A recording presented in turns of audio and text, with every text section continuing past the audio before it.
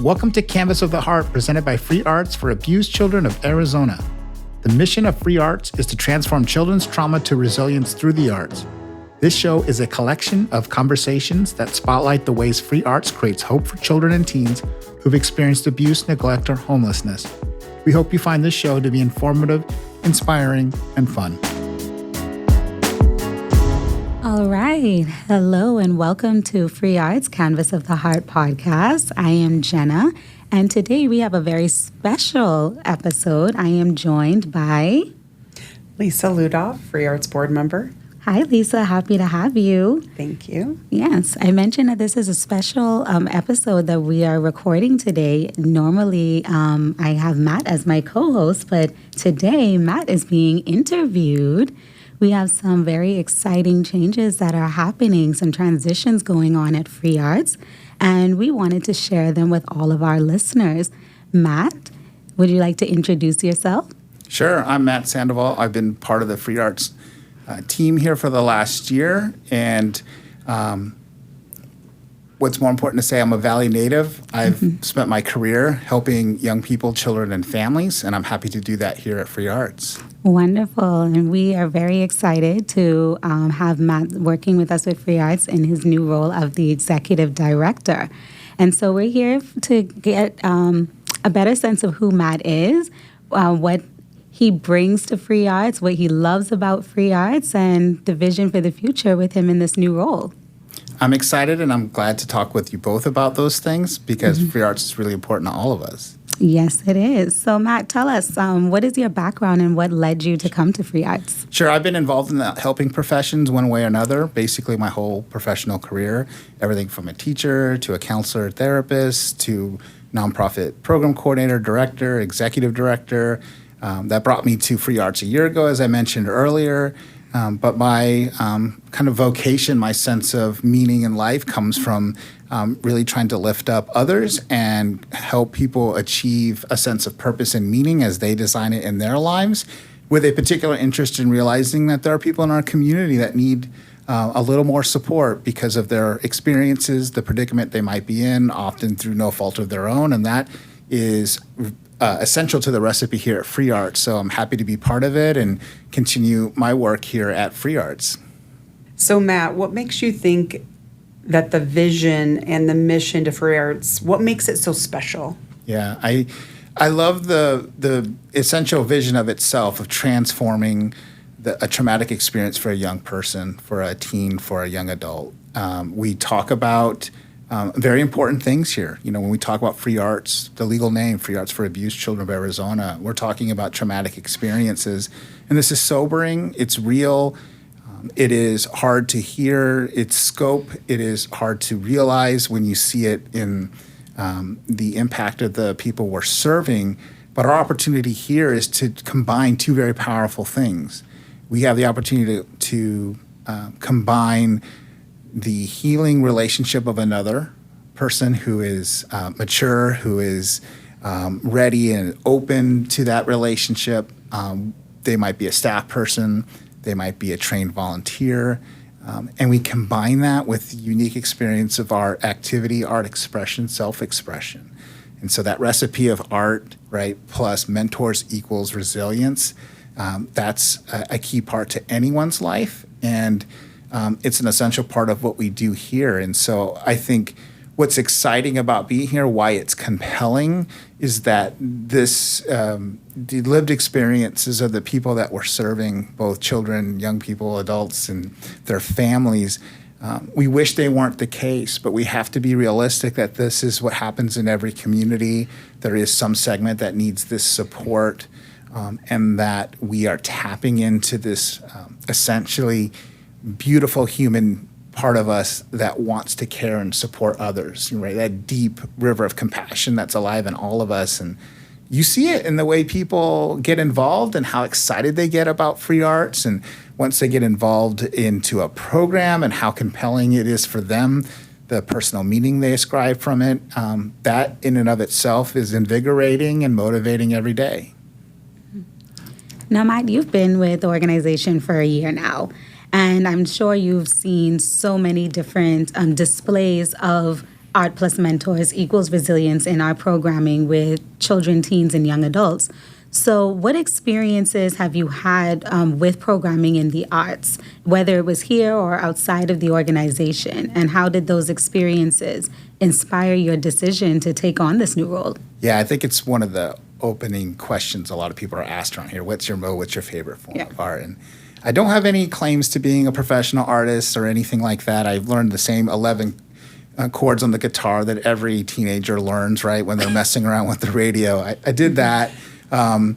Did some, music, and but where I settle in is I do believe that being with someone in an art activity is pretty powerful, and so my career has had other program elements where, in what I'm thinking of at another nonprofit, we ran a multi-year project that was federally funded, that was part GED. Learning center for mostly 16 to 24-year-old young people, and the other half of the day they spent making tile mosaic art. And this had been patterned after some other programming. And this was very familiar funding around workforce development that other agencies run and ran. But we did this intentionally with an art studio built in. There was no testing around the art for your GED, but when people come and have an art experience as part of a learning environment. And granted, we were working at the time with young people who had not been successful in school. They've dropped out, some as early as grade school. Like I stopped attending school when I was 10. Wow. And so our commitment was, how do we help you get that GED to take the next step in employment or an academic career? Our ability to motivate, to connect was higher. Disciplinary issues, disruptive issues were lower, and there is really something powerful about combining art experience with traditional learning opportunities. And so I had that experience here, one that's so tied over that one of our artists here at Free Arts was the Diana Calderon was actually the artist at that program. I didn't know that at the time, and so it's always fun when you talk about your experiences, and then behind the scenes in the interview process, they check your references, and obviously that was a good relationship and a meaningful program. So I've been involved in that as seeing the power of art, even if I will not be a professional artist in any mode that we offer here. But what I can tell you is I've had the experience of being in an art activity led by another with a young person that I don't know, who over a couple of days at camp starts to open up. And if I were to try that directly, go up to a teenager, tell me what your really nerve-wracking, stressful week looks like next week. Tell me more about that. Not going to get far. But there we are sitting there for a couple days making papier-mâché hot air balloons and coloring and helping each other. And then, hey, let me tell you what's going on with me. And that is a connection that's important for that young person. It was a way to buffer the stressful experiences that they were facing, all while realizing, our position might not be able to change what's happening for them, but we can offer some understanding, some compassion, and normalize that it's okay to feel the way you do about what's happening around you. And also provide a safe and expressive environment that supports someone regardless of what's happened in their lives. And those things all mix together in really powerful ways. So art plus that healing power of relationship, it's really important. It makes the difference. Mentorship, it's key. It's as a board member, I've been lucky enough to experience being walked through one of these programs. And, I'd had a rough day at work, and what it did to my physical body and how I was feeling about everything was eye-opening for me as an adult, and only imagining what it does for children. And so the passion that this organization has and you all have to do that is just beautiful and amazing. And I wish more people could experience, some of the cool things that we get to see that you guys bring and deliver to the organization. It's very exciting, and we're excited to have you as our new executive director. And So what do you get excited about as we start, sort of evolving and shifting to the next phase of this organization?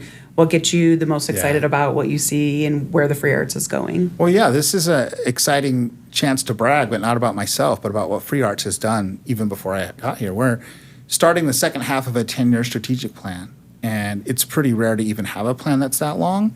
It's also very rare to be still tracking toward it 5 years in. So a lot of my, people listening who are familiar with strategic planning or nonprofit planning, you're like, oh yeah. Often people write it, talk about it, a year or two later, circumstances change and it's in the file drawer and we're kind of like, oh, let's start over. And that's not the case here. It was important work done thoughtfully, which I think is pretty distinctive about Free Arts. We really go after things in a way that includes a lot of input and also is true to our mission. And so with that in mind, we looked at opportunities both to change the staffing structure, so creating a VP of programs, which is the role I previously had and I'm transitioning out of, was an element of that. That was in order to solidify and deepen the kinds of programs. And so this podcast itself is evidence of what we need to talk about, the things that we want to share connected to that plan. We also see ourselves serving statewide in Arizona and also influencing anyone in the mentoring or creative art space with mentoring space nationally. And so we'd love to serve throughout Arizona. We'd love to work with others who want to do similar work in their neighborhood. And so that's a strategic element there of expanding both our programmatic footprint in Arizona, but also our influence nationally, because this work matters. It's compelling. And it is something that motivates people. I mean, Alicia, our prior executive director, you could see her on episode 1 of this podcast, is fond to say that no one thinks that Free Arts is a bad idea. And that's the excitement you get when you talk about it with donors, with prospective board members, volunteers. People are very, very excited about it. So solidifying, expanding our programs as a strategic component, thought leadership, which is a little of what I'm talking about, growing our influence both in the state and nationally, talking about these important issues of what can art do, what can mentoring do around child well-being or child welfare for children that have been through very traumatic experiences. And then growing what we do with alumni and young adult participants. So knowing that we have built connections with children who turn into teens, who now turn into adults, and there's no reason why in some way, as long as they're willing, they can have a lifelong relationship with Free Arts. And thinking through how best to implement those things mindfully and in ways that maximize our resources while building up our impact. And so I feel like I'm in a relay race where the baton's been handed to me, and there's no issues with the baton. And one day it'll be my turn to hand it off, right? But for now, it's the plan that we have. They're really awesome. They are exciting. One of the things that is really fun right now is that we have really early successes to be championing about it and being excited that we are being invited into other communities in our state to talk about programming. And if you're listening in outside of Maricopa County, we want to talk to you, right? Mm-hmm. So those things are happening with good evidence that the plan itself matters to others, and that we will have the metrics and data that show that we've been true to our word. And so when I think about taking this role, I think about accomplishing that plan, not because it's on me, but it's my role to see where we're headed, anticipate obstacles, and do what we can to bring resources to those obstacles, right? Nothing is without its own challenge, but together we can really see how best to structure our steps forward.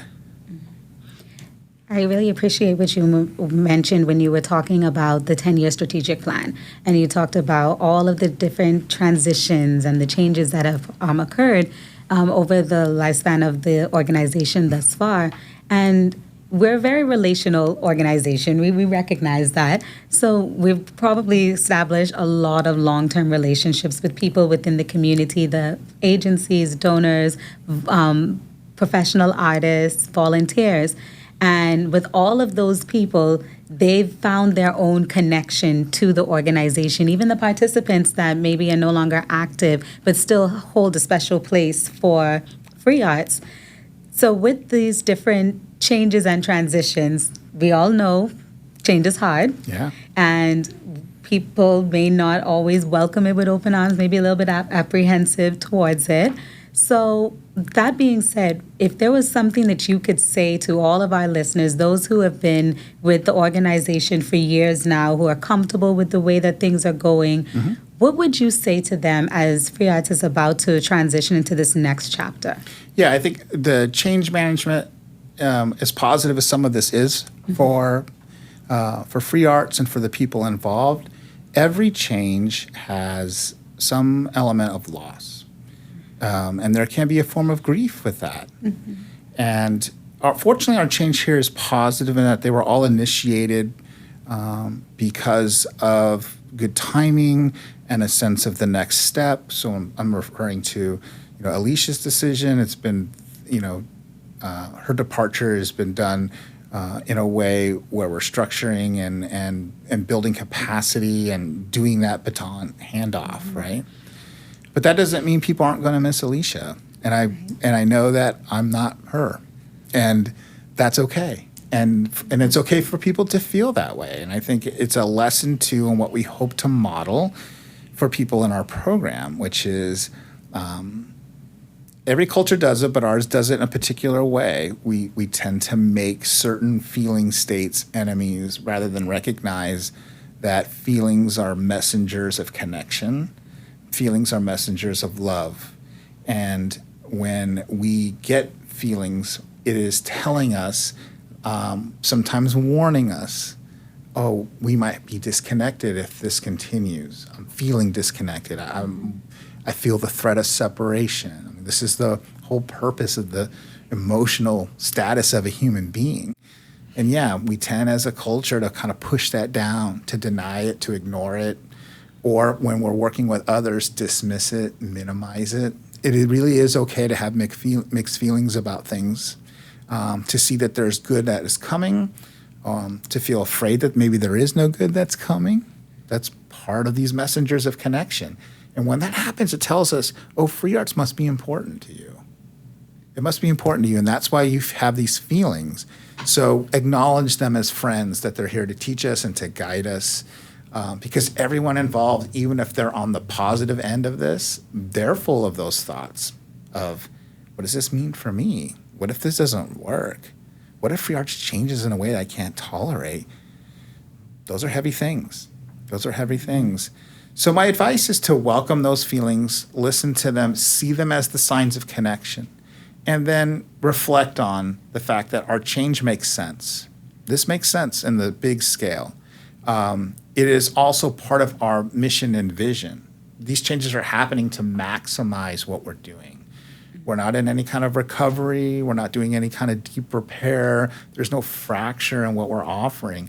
We're scaling up and out, and that is very exciting when we think about it. And then it's okay to come back and say, with all of these things that I know, what can I control and influence?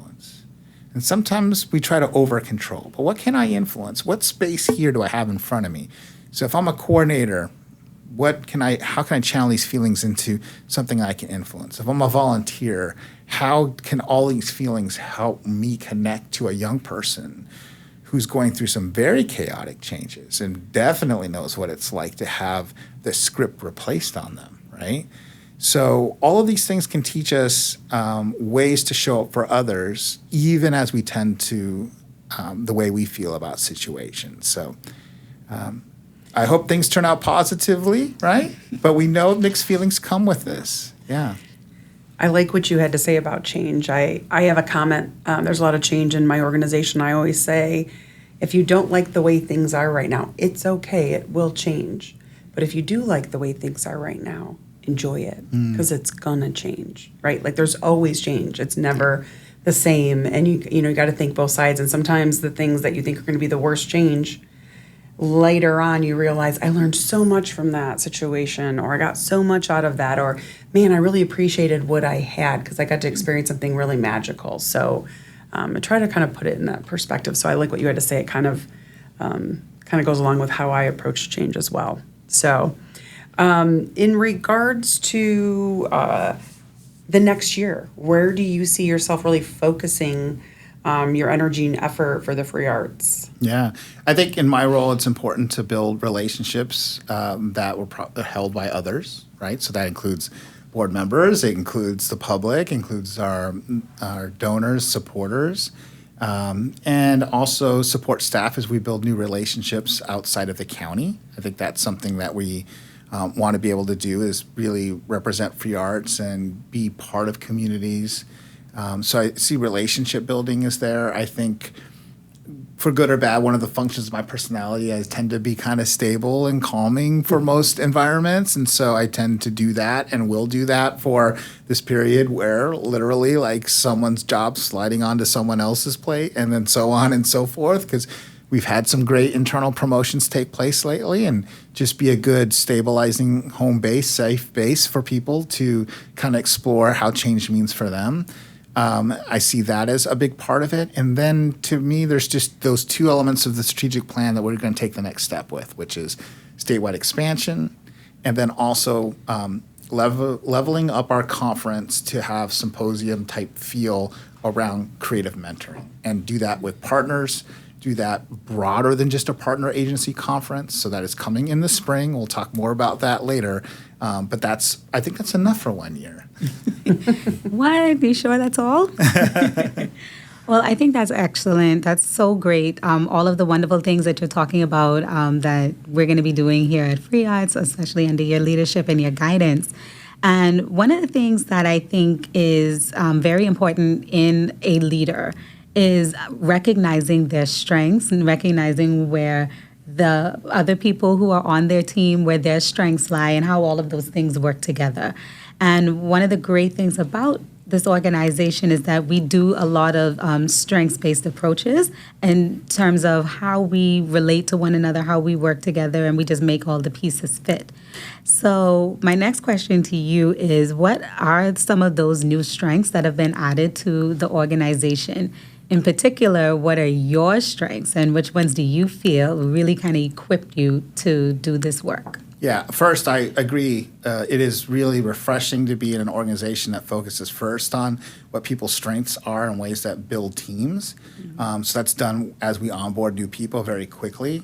I took the Clifton strengths many years ago and then was able to compare notes, and so I'm not too different, although, with a couple decades, things can shift a little bit. But I have, if you're familiar with it, I'm very far to the right-hand side of the bucket where things are very intellectually based. So skills around input, learner, intellection, strategic thinking. So those four, I think I have almost the whole bucket. There's an outlier in a second. So I am very much a learner and consuming data regularly.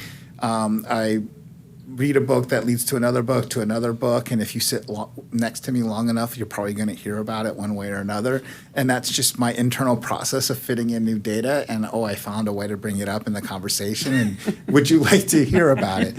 And I've learned over time, too, to just ask that question. But that means there's a lot happening internally around building systems and models that can shape the way we go about work. And I think part of that actually impacts how we build relational structure. So it isn't like acting upon things or systems, but it's how do we align energies and talents, and also recognizing where we need new resource. And then my outlier is on the achiever side. So there's an absolute sense of like needing to accomplish that is always there. So I feel like that ends up being a good buffer, because I'm never just going to get lost in the library. At some point, I am going to run out and want to have finished something, have something to tell others about, be excited about, and it's a pretty strong streak. And I know, Jenna, you have the same gear, so we're kind of, there's only a couple of us in the institution that have that, so we sometimes have to channel that. And look at the scoreboard and say that we want to win this venture. We want to accomplish the following.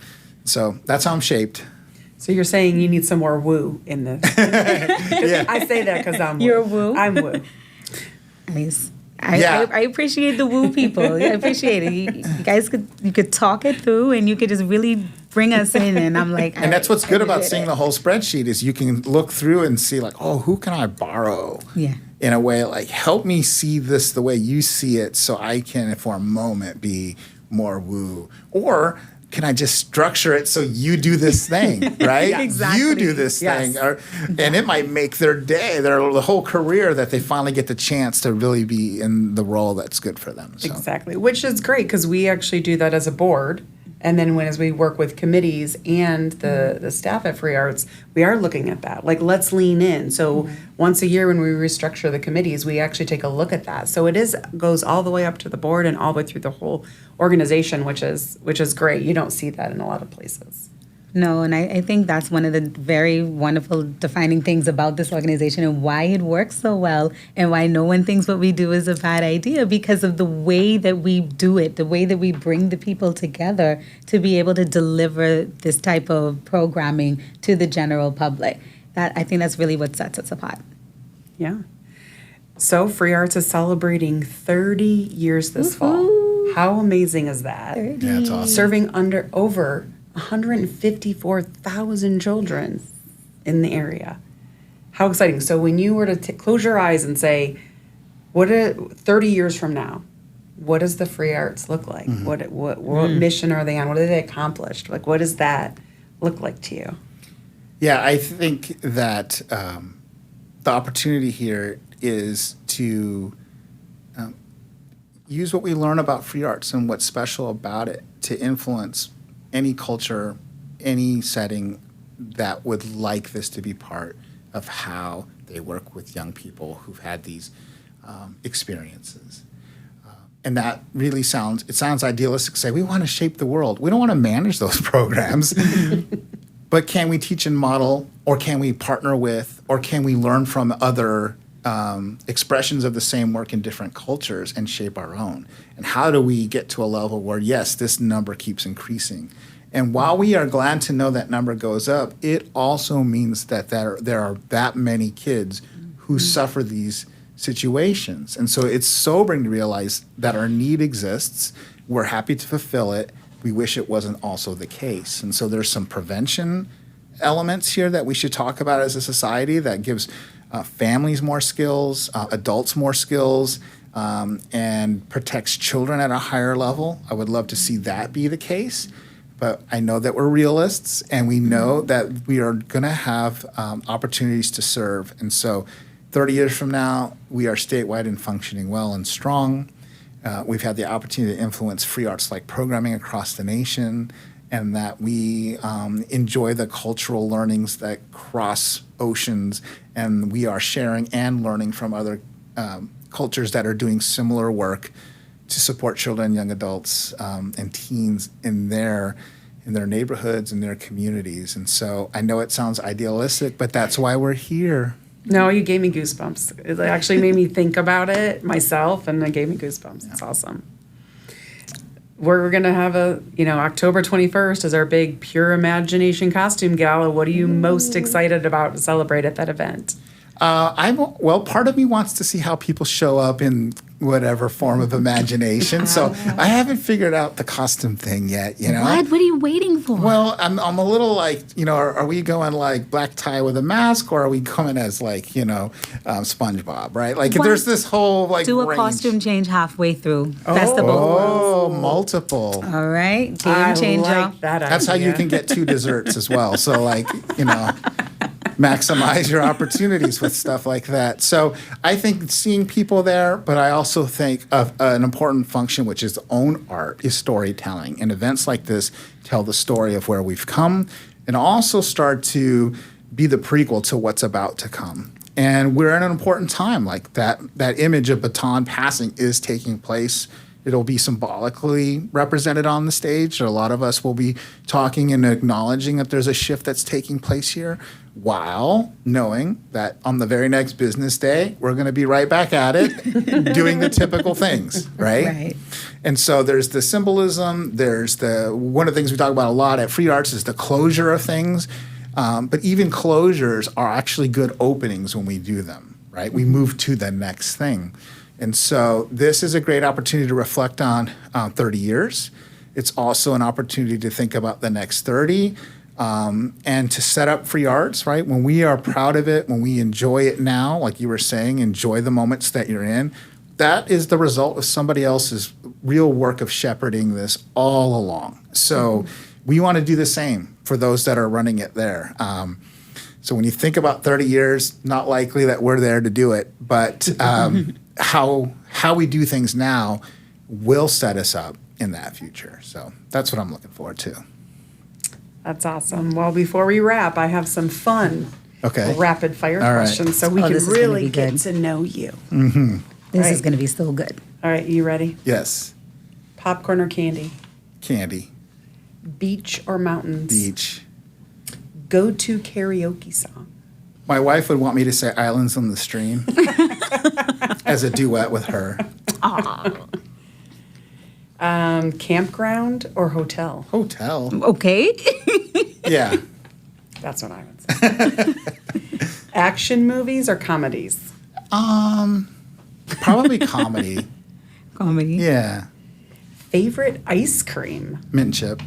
That's mine too. Early bird or night owl? Night owl. Although the more hair I lose, the more it's becoming neither. It's like, is there a third option of just need more naps? You know? Right? Yeah. I know. Don't you wish you could get the naps that they wanted you to take? You know, Yes. when you were younger, Yes. and you fought them the whole time. Yes. Yeah, when you were disappointed to have to go to bed when you were a kid, and now it's like the best part of your day. You know? Yeah. But, Like yeah. how many times did you sneak back out? You know, Yeah. I need water. I need you know. Favorite board or card game? Poker. All right. Comic books or Harry Potter? I'd have to go with comic books. Yeah. Marvel or DC? That's a tough This is one. a real one. Yeah. I know, right? This Like is- I'm I'm on going to this edge. disappoint real one. everybody and tell you I don't really like the whole genre. I don't. What? Well, you said comic books. Yeah. So. But I've not read Harry Potter either. Oh. And I know that's scandalous. That is so That is so scandalous. scandalous. Yeah, well, I kind of, and not like I don't like reading, I just kind of missed it. And then I feel like I really missed it. And now I kept it as a secret for a long time. Oh, the secret's And out. And I am just This barely needs coming to be the title of the podcast. I agree. This episode. Guess who has not read Harry Potter? Yeah. No. Scandalous. Wow. I think we learned a We have whole some family lot. jokes about that. I am teased about it regularly. Oh, that's Yeah. funny. Because everybody else has. Most memorable concert? We were talking about this. Well, I got to see U2 twice in the year after 9/11, and the second time, and that's important because there was a big tribute or memorial to that inside the concert. But the second time they came back was right after the Diamondbacks had won the World Series, and Randy Johnson came out during the encore with the trophy. So that's that was kind of a moment where, like, yeah, cool concert, you know, seen them a bunch of times, but then suddenly the World Series trophy, which, you know, we haven't seen since. Hey, we're doing pretty well. I would love to see it again, but I didn't know how special that actually was at the moment. But yeah, so when they play the song Walk On and Randy Johnson comes out and lifts the trophy up, like that was pretty sweet. That is cool, which is funny because my next question is, what's your favorite sports team? I would probably go with the Suns, and that's for like family reasons. I'm a native, so I root for all the home teams, which means I regularly have my heart broken. And you know, I'm thinking of my dad now. He passed a couple years ago, but you know, his fondness for the original team that was here and all of what went into them, the city just being proud, and like I even told him. My family, my kids, like if the Suns win, like, you know, a couple of years ago, like the city's going to melt down. Like people do not understand how much the Phoenix Suns really are the center of like what a Yeah. lot of people feel about Phoenix. I know people love football, and I'm with you on Sundays too. All those things are there, but there is this particular attachment to like the original sports team here. Yeah. I mean, I remember the Coliseum days. So that's my long answer to your short question. That's great. Okay, last one. What are the 3 things you can't live without? Oh, wow. 3 things. Well, I need Diet Right soda. So the team They still here make knows. that? Yeah, I get that all the time. And it's always in the bag. And I'm like, why do you drink that? And I'm like, just leave the man alone. Just leave him alone. A book. It could be any, but I need something to read. Diet Right. So I have a third. What could it be? I do need music. Just need music. I can't connect with you on the first one. The second one, depending upon the genre, because Sure. I am a nonfiction gal, and music, anytime you catch me, I'm bopping, so I get that. That's true. Yes. Well, Matt, I appreciate you for allowing Lisa and I to interview and really kind of get to know you and allow our listeners to get to know you some more. Free Arts is really getting ready to do some amazing things and go very far, especially under your leadership. So we're really excited for it. And I'm just happy. I can't wait to see all of the things that we talked about, especially in this first year, really come to fruition. And thanks for having me and letting me be a part of this. And I can't wait to see what costume you wear at the gala. All right. Oh, yes, the wardrobe change. We're going to be Yes. looking for it. That'll be fun. Well, thank you both. All right. Thank you for listening to this episode of Canvas of the Heart. We'd love to hear your questions and feedback by email at hello@freeartsaz.org. You can find more information about Free Arts by visiting our website at freeartsaz.org. We'd like to thank the many individual and corporate donors and the hundreds of volunteers that make Free Arts programs possible. Take care, and we will talk to you soon.